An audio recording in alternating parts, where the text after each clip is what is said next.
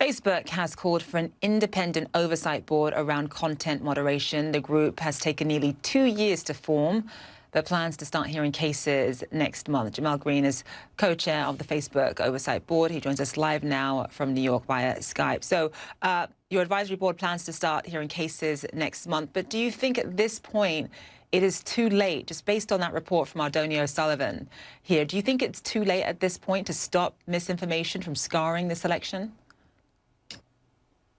Well, thanks for having me. We're going to start next month, at least that's the plan right now, and we're going to start as soon as we're ready to start.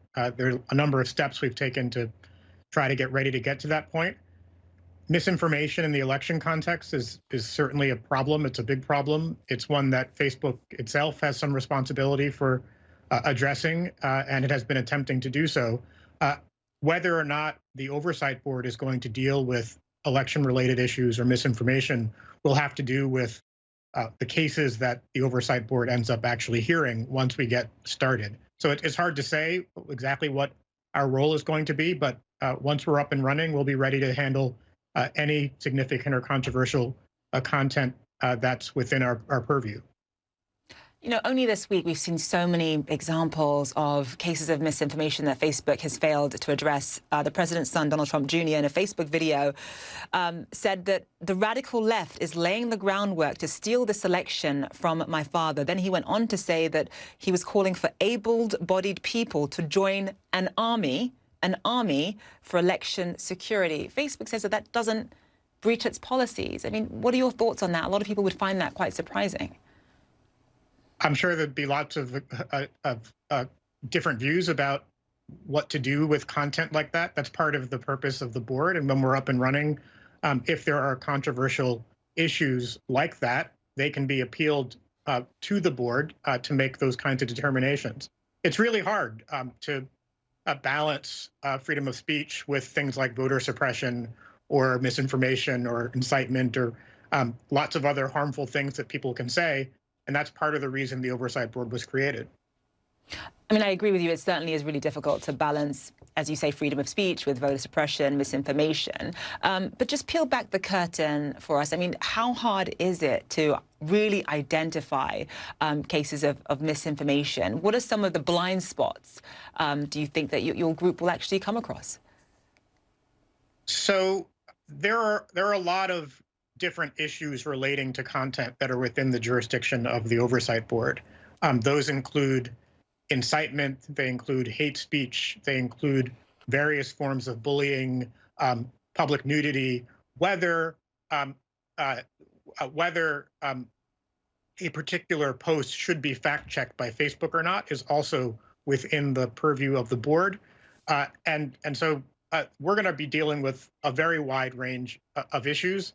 It's hard to say in the abstract what is going to be difficult and what isn't going to be difficult. It depends on the specific case. And one of the things that I'm really excited about with the board is that we're going to be a deliberative body that actually takes some time with these issues, that talks to stakeholders, that looks at the impact that particular decisions might have, and issues a transparent, reasoned decision about these things, rather than a quick-fire decision just based on one's impressions.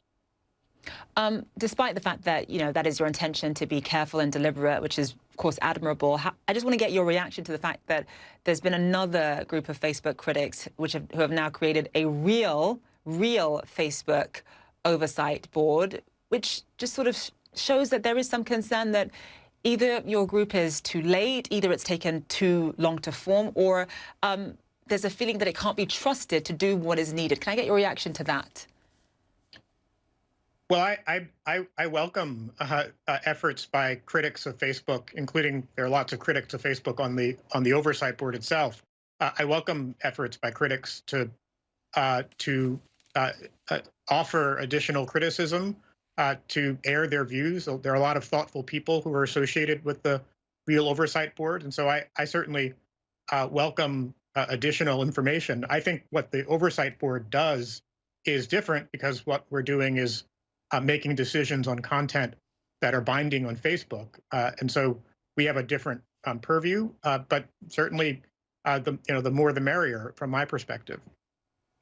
The UK's former Deputy Prime Minister, Nick Clegg, actually spoke with our Brian Stelter. He said some interesting things about Facebook. I want to play you what he said. There's a consistent drumbeat of criticism from the right, who feel that Facebook takes down and moderates too much content. There's a consistent drumbeat of criticism from the left, saying that we don't do it enough. Of course we understand, and by the way, that is right and proper. It is right and proper that a company like Facebook, where in a sense we have to, as a private company, try and hold the ring on the way in which a lot of these publicly highly important and highly charged debates take place, we have to take decisions which are not there to favour one side or the other. Right. We're not there to try and make one side more happy than the other. And in a sense, we accept that we might make both of them unhappy. Right, so a lot of people on the right are saying that Facebook is over-policing. People on the left are saying that they're not doing enough.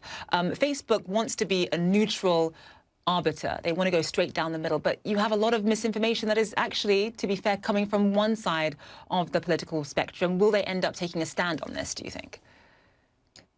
So I can't speak for Facebook and what stand it takes about its own neutrality. From the perspective of the board, what we're going to be looking at are Facebook's particular community standards, but also at international human rights law. So what we care about in deciding whether something should come up or come down depends both on whether it violates the community standards, but also on whether it causes harm in a way that is recognized by international human rights law. And so the Oversight Board is also not going to be particularly focused on one side or the other. It's going to be a focus on harm.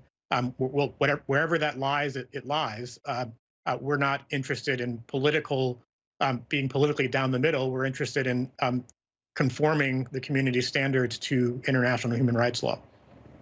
Right. Jamal Green, thank you so much for being on the show.